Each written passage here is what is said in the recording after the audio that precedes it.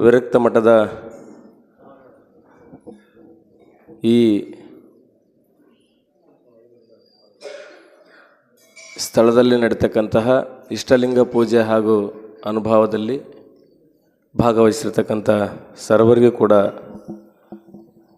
ಭಕ್ತಿಯ ಶರಣಾರ್ಥಿಗಳನ್ನು ಸಲ್ಲಿಸ್ತಾ ಹಾಗೆ ಪರಮ ಪೂಜ್ಯರ ಪಾದಗಳಿಗೆ ನಮಸ್ಕರಿಸಿ ನನಗೆ ನೀಡಿರುವಂತಹ ವಚನ ಈ ರೀತಿ ಇದೆ.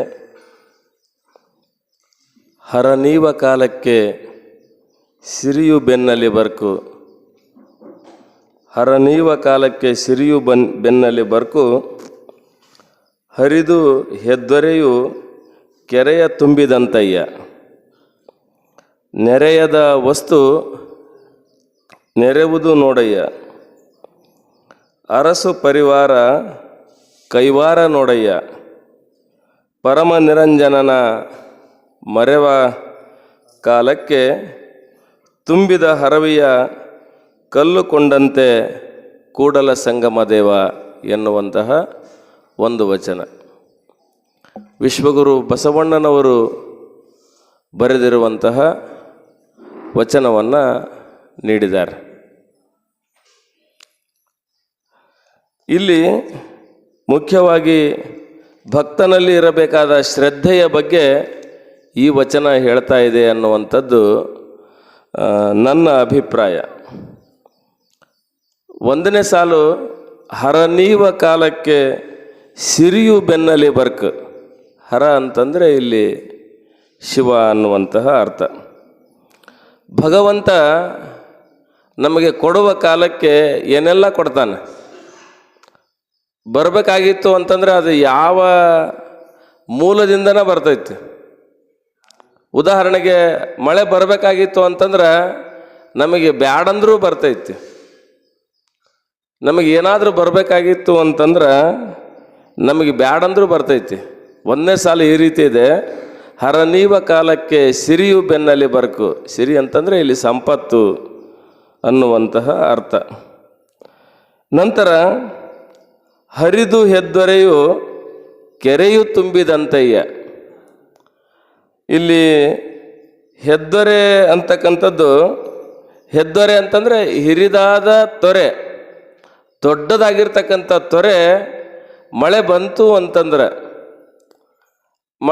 ಅಂತಂದ್ರೆ ಆ ದೊಡ್ಡದಾಗಿರ್ತಕ್ಕಂಥ ತೊರೆ ಏನು ಮಾಡ್ತೈತೆ ಅಂತಂದ್ರೆ ಹರಿದು ಬಂದು ಎಲ್ಲ ಒಡ್ಡು, ಎಲ್ಲ ಕೆರೆ ಬಾವಿಗಳು ಹಳ್ಳಗಳು ತುಂಬುವಂತೆ ಆ ಸಿರಿ ಅಂತಕ್ಕಂಥದ್ದು ಬರ್ತೈತಿ ಅಂಥೇಳಿ ಅದಕ್ಕೆ ಉದಾಹರಣೆಯನ್ನು ಕೊಡ್ತಾರೆ.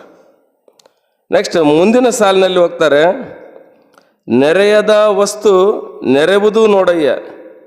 ಇಲ್ಲಿ ನೆರೆಯದ ವಸ್ತು ಅಂತಂದರೆ ಲಭಿಸದೇ ಇರುವಂತಹ ವಸ್ತುಗಳು ಸಹಿತ ನಮಗೆ ಲಭಿಸ್ತವೆ. ದೇವರು ಒಂದು ಬಾರಿ ಕಣ್ಣು ತೆಗೆದ್ರೆ ಹಿರಿಯರು ಹೇಳ್ತಿರ್ತಾರೆ ನೋಡ್ರಿ, ಏನಪ್ಪ ಹೆಂಗಿದ್ರು ಹೇಗಾದರು ಅಂತೇಳಿ ಹೇಳ್ತಿರ್ತಾರೆ. ನಮಗೆ ಬರಬೇಕಾಗಿತ್ತು ಅಂತಂದ್ರೆ ಯಾವ ಮೂಲದಿಂದನೇ ಬರ್ತೈತಿ. ಹಾಗೆ ಲಭಿಸದೇ ಇರತಕ್ಕಂತಹ ವಸ್ತುಗಳು ಸಹಿತ ನಮಗೆ ಇಲ್ಲಿ ಲಭಿಸ್ತವೆ. ನೆಕ್ಸ್ಟು ಅರಸು ಪರಿವಾರ ಕೈವಾರ ನೋಡಯ್ಯ. ಅರಸು ಅಂದರೆ ಇಲ್ಲಿ ಅರಸು ಅಂತಂದರೆ ಇಲ್ಲಿ ರಾಜ ಅನ್ನುವಂತಹ ಅರ್ಥ. ರಾಜನ ಸುತ್ತಮುತ್ತಲು ಹೊಗಳು ಭಟ್ಟರು ಇರ್ತಾರೆ. ರಾಜ ಇದ್ದಾನ ಅಂತಂದರೆ ಅವನ ಸುತ್ತಮುತ್ತ ಹೊಗಳು ಭಟ್ಟರು ಇರ್ತಾರೆ. ಹೀಗೆ ಈ ಆ ಅರಸು ಪರಿವಾರದವರು, ಆ ಹೊಗಳು ಭಟ್ಟರು ಹೇಗಿರ್ತಾರಲ್ಲ, ಆ ಪರಿವಾರದ ಹೊಗಳಿಕೆಗೆ ಎಲ್ಲವೂ ಸಿಕ್ಕಂಗಾಗ್ತೈತಿ. ಹೊಗಳೋದ್ರಿಂದ ನಮಗೇನೋ ಸಿಕ್ಕಿರಂಗಿಲ್ಲ ಕರೆ, ಆದರೂ ಒಂದು ಸ್ವಲ್ಪ ಏನೋ ಸಿಕ್ಕಂಗೆ ಅನ್ನಿಸ್ತದೆ. ನೆಕ್ಸ್ಟು ಮುಂದಿನ ಸಾಲು, ಪರಮ ನಿರಂಜನನ ಮರೆವ ಕಾಲಕ್ಕೆ ಒಂದು ವೇಳೆ ಈ ಎಲ್ಲ ಸಂಪತ್ತು ಐಶ್ವರ್ಯ ಎಲ್ಲವನ್ನೂ ಆ ದೇವರೇ ಕೊಟ್ಟಿರ್ತಾನೆ. ಒಂದು ವೇಳೆ ಇದನ್ನು ನಾವು ಮರೆತ್ವಿ ಅಂತಂದ್ರೆ ಪರಮ ನಿರಂಜನನ ಮರೆವ ಕಾಲಕ್ಕೆ ತುಂಬಿದ ಹರವಿಯ ಕಲ್ಲುಕೊಂಡಂತೆ ಕೂಡಲ ಸಂಗಮ ದೇವ ಅನ್ನುವಂತಹ ಇದು ಮೇಲ್ನೋಟದ ಅರ್ಥ. ಇದು ಇಷ್ಟೊತ್ತನ ಹೇಳಿರ್ತಕ್ಕಂಥದ್ದು.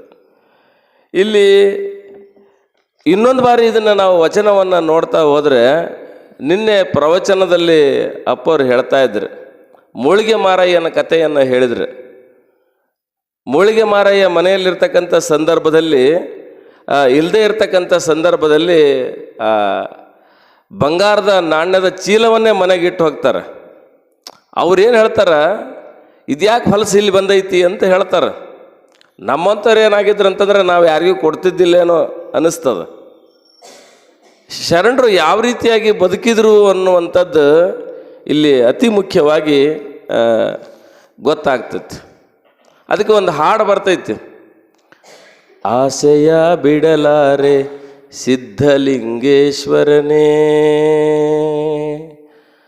ಆಸೆಯ ಪೂರೈಸು ಬಂದು, ಆಸೆಯಿಂದಲೇ ನಿನ್ನ ಸನ್ನಿಧಿಗೆ ನಾ ಬಂದು, ಕೈ ಮುಗಿವೆ ಶಿರಬಾಗಿ ಎಂದು ತಂದೆ, ಕೈ ಮುಗಿವೆ ಶಿರಬಾಗಿ ಎಂದು.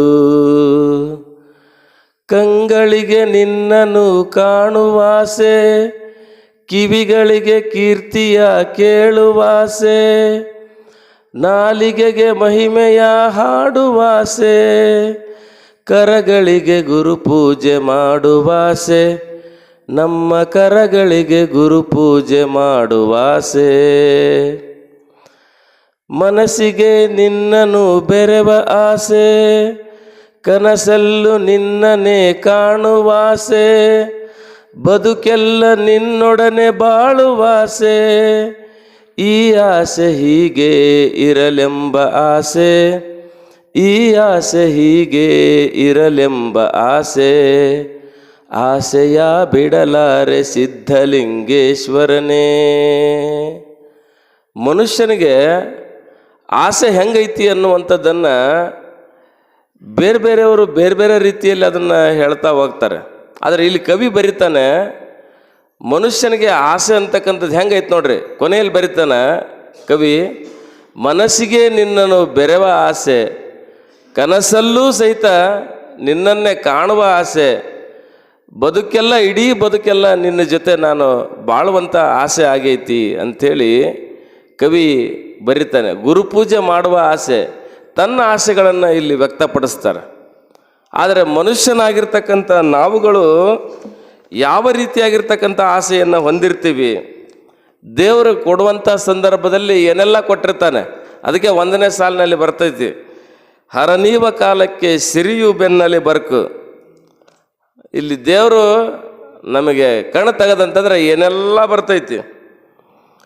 ಹರಿದ ಹೆದ್ದೊರೆಯು ಕೆರೆ ತುಂಬಿದಂತಯ್ಯ ಅಂತಂದರೆ, ಮಳೆಗಾಲದ ಸಂದರ್ಭದಲ್ಲಿ ಯಾವ ರೀತಿಯಾಗಿ ತ್ವರೆಯ ಮೂಲಕವಾಗಿ, ಹಳ್ಳ ಕೊಳ್ಳಗಳ ಮೂಲಕವಾಗಿ, ನದಿಯ ಮೂಲಕವಾಗಿ ಕೆರೆಗಳು ತುಂಬ್ತವೋ, ಒಡ್ಡುಗಳು ತುಂಬ್ತವೋ, ಹಾಗೆ ನಮಗೆ ಸಿರಿ ಹಣ, ಆಸ್ತಿ, ಸಂಪತ್ತು ಬರುವಂಥ ಸಂದರ್ಭದಲ್ಲಿ ನಾವು ಅಂತಹ ಆಸ್ತಿ, ಹಣ, ಸಂಪತ್ತನ್ನು ಕೆರೆ ಹೇಗೆ ಅಥವಾ ನದಿಯ ನೀರು ಹೇಗೆ ಅದು ಎಲ್ಲ ಜನಕ್ಕೂ ಸಾರ್ವಜನಿಕವಾಗಿ ಬಳಕೆ ಆಗ್ತದೋ, ಅದೇ ರೀತಿಯಾಗಿ ನಮ್ಮಲ್ಲಿರುವಂತಹ ಒಂದಿಷ್ಟು ಈ ಸಿರಿ ಅಂತಕ್ಕಂಥದ್ದು, ಸಂಪತ್ತು ಅನ್ನುವಂಥದ್ದನ್ನು ಇಲ್ಲಿ ನಾವೊಂದಿಷ್ಟು ಸಾರ್ವಜನಿಕವಾಗಿ ಬೇರೆ ಬೇರೆ ಧಾರ್ಮಿಕ ಕೆಲಸಗಳಿಗಾಗಿ ಬಳಕೆ ಮಾಡಬೇಕು ಅನ್ನುವಂಥದ್ದು ಇಲ್ಲಿ ಹೇಳಿದ್ದಾರೆ ಅನ್ನುವಂಥದ್ದು ನನ್ನ ವಿಚಾರ. ನಂತರದಲ್ಲಿ ಹೆದ್ದೊರೆ ಹರಿದು ಬಂದು, ಹೆದ್ದೊರೆ ಅಂತ ಇಲ್ಲಿ ಒಂದೊಂದು ಸಾಲಿನಲ್ಲಿ ಬರ್ತೈತಿ, ಹರಿದು ಹೆದ್ದೊರೆಯು ಕೆರೆಯ ತುಂಬಿದಂತಯ್ಯ ಅಂತೇಳಿ. ಇಲ್ಲಿ ಜಂಗಮರು ಅಂತಂದರೆ ಇಲ್ಲಿ ಪೂಜ್ಯರು. ಜಂಗಮರು ಯಾವುದೇ ಸಾರ್ವಜನಿಕವಾಗಿ ಬಂದಿರತಕ್ಕಂಥ ಹಣವನ್ನು ಅದನ್ನು ಯಾವ ರೀತಿಯಾಗಿ ಬಳಕೆ ಮಾಡ್ತಾರೆ ಅಂತಂದರೆ, ಮತ್ತೆ ಪುನಃ ಅದನ್ನು ಸಮಾಜಕ್ಕಾಗಿಯೇ ಬಳಕೆ ಮಾಡ್ತಾರೆ. ಕೆರೆಯಲ್ಲಿರುವಂತಹ, ಸಮುದ್ರದಲ್ಲಿ ಅಲ್ಲ, ನದಿಯಲ್ಲಿರುವಂತಹ ನೀರು ಹೇಗೆ ಸಾರ್ವಜನಿಕವಾಗಿ ಬಳಕೆ ಆಗ್ತದೋ, ಹಾಗೆಯೇ ನಮ್ಮಲ್ಲಿರುವಂತಹ ಒಂದಿಷ್ಟು ಶೇಖರಣೆ ಮಾಡಿರ್ತಕ್ಕಂತಹ ಒಂದು ಸಂಪತ್ತನ್ನು ಸಾರ್ವಜನಿಕವಾಗಿ ಬಳಕೆ ಆಗಬೇಕು ಅನ್ನುವಂಥದ್ದು ಇಲ್ಲಿ ಬಸವಣ್ಣನವರು ಈ ಸಾಲಿನಲ್ಲಿ ಹೇಳ್ತಾ ಇದ್ದಾರೆ. ನೆಕ್ಸ್ಟು ಅರಸು ಪರಿವಾರ ಕೈವಾರ ನೋಡಯ್ಯ ಅಂತ ಇದೆ. ಸಿರಿತನವನ್ನೇ ನಂಬಿರ್ತಕ್ಕಂಥ ಅರಸು ಪರಿವಾರದವರು ಅವರ ಸುತ್ತಮುತ್ತ ಹೊಗಳು ಭಟ್ರು ಏನಿರ್ತಾರಲ್ಲ, ಆ ಹೊಗಳು ಭಟ್ಟರ ಅಧೀನದಲ್ಲಿರ್ತಾರೆ. ಅದೇ ಅವ್ರ ದೌರ್ಬಲ್ಯ. ಹೀಗಾಗಿ ಅರಸರು ಮತ್ತು ಹೊಗಳು ಭಟ್ಟರು ತಮ್ಮ ಸುಖಕ್ಕೆ ಆ ಸಿರಿಯನ್ನು ಬಳಕೆ ಮಾಡ್ತಾರೆ. ಹೀಗಾಗಿ ಅವ್ರು ಏನಾಗ್ತಾರೆ, ಜನರಿಂದ ದೂರ ಇರ್ತಾರೆ. ಅಂಥದ್ದು ಕೂಡ ತಪ್ಪು ಅಂತೇಳಿ ಇಲ್ಲಿ ಶರಣರು ಹೇಳ್ತಾರೆ.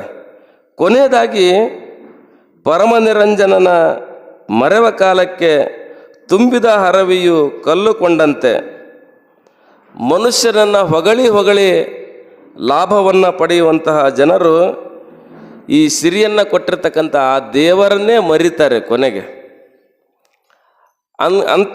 ಹೀಗೆ ಮರೆದಂಥ ಸಂದರ್ಭದಲ್ಲಿ ಈ ಶರೀರವೆಂಬ ಹರವಿ ಅಂತಂದರೆ ಇಲ್ಲಿ ಕುಂಭ ಅನ್ನುವಂತಹ ಅರ್ಥ. ಈ ಶರೀರವೇ ಎನ್ನುವಂತಹ ಹರವಿಯಲ್ಲಿ ನಾವು ಎಷ್ಟೇ ಸಿರಿಯನ್ನು ನಾವು ಶೇಖರಣೆ ಮಾಡಿದರೂ ಸಹಿತ ಅದು ಕಾಲದ ಕಲ್ಲಿಗೆ ತಾಗಿ ಕಾಲ ಹೀಗೆ ಬರ್ತಾ ಇರ್ತೈತಿ. ಅದಕ್ಕೆ ಜನಪದ ಗರಿತಿ ಬರಿತಾಳೆ. ಆವಾಗೇನೆ ಜನಪದ ತಾಯಿಯವರು ಬರ್ದಾರ, ಏನಂತ ಬರ್ದಾರ, ಬಂಗಾರದ ಬಳಿ ತೊಟ್ಟ ಬಡವರನ ಬೈಬೇಡ, ಬಂಗಾರದ ಬಳಿ ತೊಟ್ಟು ಬಡವರನ ಬೈಬೇಡ, ಬಂಗಾರ ನಿನಗ ಸ್ಥಿರವಲ್ಲ, ಬಂಗಾರ ನಿನಗ ಸ್ಥಿರವಲ್ಲ ತಂಗಿ, ಮಧ್ಯಾಹ್ನದ ಬಿಸಿಲು ತರವಲ್ಲ. ಅಂದ್ರೆ ಮಧ್ಯಾಹ್ನಕ್ಕೆ ಬಿಸಿಲು ಭಾಳ ಇರ್ತೈತಿ, ಆ ಬಿಸಿಲು ಬಹಳ ಹೊತ್ತಿರಂಗಿಲ್ಲ.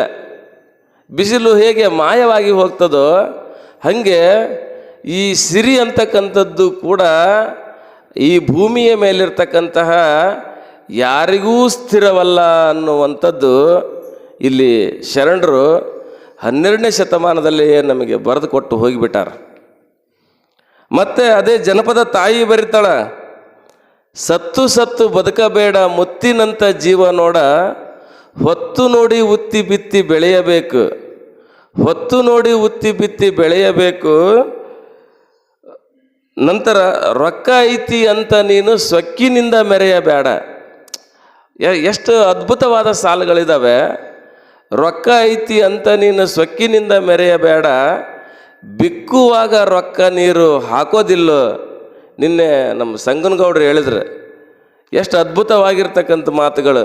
ಏನಾದರೂ ನಮಗೆ ಆರಾಮ್ ತಪ್ಪಿತು ಅಂತಂದ್ರೆ, ಎಷ್ಟೇ ನಮಗೆ ಸಿರಿ ಸಂಪತ್ತು ಐತಂದ್ರೂ ಕೂಡ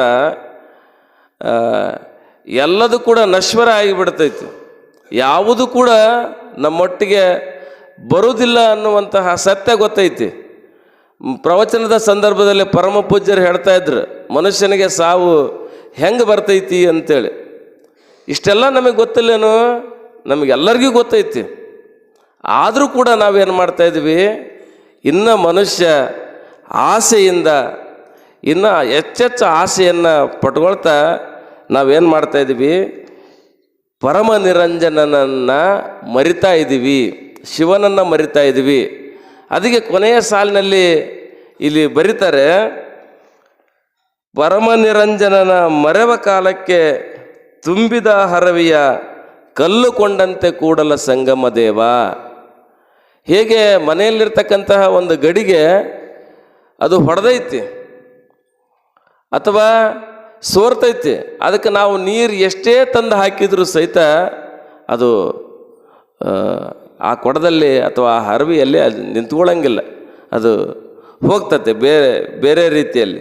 ಹಾಗೆ ಪರಮ ನಿರಂಜನನ್ನು ಮರೆತಿರ್ತಕ್ಕಂಥ ನಾವು ಅಥವಾ ದೇವರು ನಮ್ಮನ್ನು ಮರೆತ್ರ, ನಾವು ದೇವರನ್ನು ಮರೆತ್ರ, ಎರಡರಲ್ಲಿ ಬಂದು ದೇವರು ನಮ್ಮನ್ನು ಮರೆತ್ರ ಅಥವಾ ನಾವು ದೇವರನ್ನು ಮರೆತ್ವಿ ಅಂತಂದ್ರೆ ಇಲ್ಲಿ ಇದೆಲ್ಲವೂ ಹೋಗಿಬಿಡ್ತೈತಿ. ದೇವರು ನಮಗೆ ಕೊಡುವಂಥ ಸಂದರ್ಭದಲ್ಲಿ ನಮಗೆ ಏನೆಲ್ಲ ಕೊಡ್ತಾನೆ, ಹೋಯಿತು ಅಂತಂದ್ರೆ ಪೂರ ಹೋಗಿಬಿಡ್ತೈತಿ, ಏನೂ ಉಳಿಯಂಗಿಲ್ಲ. ಅದಕ್ಕೆ ಕೊನೆಯದಾಗಿ ಇಲ್ಲಿ ಹೇಳ್ತಾರೆ, ಇಲ್ಲಿ ಒಂದಿಷ್ಟು ದೇವರನ್ನು ನೆನೆದು ನಮ್ಮಲ್ಲಿರುವಂತಹ ಒಂದಿಷ್ಟು ಕೆಲ ಭಾಗವನ್ನು, ಪೂರ್ತಿ ಭಾಗವನ್ನಲ್ಲ, ಒಂದಿಷ್ಟು ಭಾಗವನ್ನು ದಾನ ಧರ್ಮ ಇಂತಹ ಧಾರ್ಮಿಕ ಕೆಲಸಗಳಿಗೆ ನಾವು ಬಳಕೆ ಮಾಡಬೇಕು. ಅಂದಾಗ ಮಾತ್ರ ನಮ್ಮ ಜೀವನ ಸಾರ್ಥಕ ಆಗ್ತೈತಿ. ಈಗ ಉದಾಹರಣೆಗೆ ಸಮಾಜದಲ್ಲಿ ಈ ಅಲ್ಲಿತನ ಯಾಕೆ ಇಲ್ಲಿನೇ ನಮ್ಮ ಶರಣವೃತ್ತ ಬಳಗದಲ್ಲಿನೇ ಪ್ರತಿ ದಿವಸ ನಾವೆಲ್ಲರೂ ಕೂಡ ಎಲ್ಲ ಒಂದಿಷ್ಟು ದಾನವನ್ನು ಮಾಡ್ತಾಯಿದ್ದೀವಿ ಅಂಥೇಳಿ ಪ್ರತಿದಿನಾಲು ಕೂಡ ಇಲ್ಲಿ ಪ್ರಸಾದ ನಡೆಯಕತ್ತೈತಿ. ನಂತರದಲ್ಲಿ ಅಲ್ಲಿ ಪ್ರವಚನದಲ್ಲಿ ಸಹಿತ ಸುಮಾರು ಒಂದು 2,000-3,000 4,000ಕ್ಕೂ ಹೆಚ್ಚು ಜನರದಾರ. ಅಷ್ಟು ಭಕ್ತಾದಿಗಳಿಗೆ ದಾಸೋಹದ ವ್ಯವಸ್ಥೆ ನಡೆಯಕತ್ತೈತಿ. ಅಂದರೆ ಇದು ಕಾರಣ ನಮ್ಮಲ್ಲಿ ಒಂದಿಷ್ಟು ಭಾವನೆಗಳು ಏನಾಗಬೇಕಾಗೈತಿ ಅಂತಂದರೆ ಪರಿವರ್ತನೆ ಆಗಬೇಕಾಗೈತಿ. ಸಮಾಜಕ್ಕೆ ಒಂದಿಷ್ಟು ದಾನ ಧರ್ಮ ಮಾಡುವಂತಹ ಕೈಗಳು ನಮ್ಮದಾಗಬೇಕು ಅನ್ನುವಂಥದ್ದು ಇದು ಶರಣರ ಸಂದೇಶ. ಇದು ಇನ್ನೂ ಒಳಾರ್ಥ ಭಾಳಷ್ಟಿದೆ. ಅದು ಅಷ್ಟು ಸುಲಭವಾಗಿರ್ತಕ್ಕಂಥ ಕೆಲಸ ಅಲ್ಲ. ವಚನಗಳನ್ನು ಬಿಡಿಸೋದಂದ್ರೆ ಅದು ಅಷ್ಟು ಸುಲಭವಾದ ಕೆಲಸ. ಮೇಲಿನ ಅರ್ಥಗಳನ್ನು ನಾವು ನೋಡ್ಬೋದು, ಅದರಲ್ಲಿ ಒಳಾರ್ಥ ಅಂತಕ್ಕಂಥದ್ದು ಇರ್ತೈತಿ. ಅದ್ಭುತವಾಗಿರ್ತಕ್ಕಂಥ ಮೊನ್ನೆ ನಮ್ಮ ಮಡಿಕೇಶ್ವರ ಡಾಕ್ಟ್ರ್ ಹೇಳ್ತಾಯಿದ್ರು, ಹಾವು ಹೆಂಗೆ ಸಾಯಿಸ್ಬೇಕು ಅಂತೇಳಿ.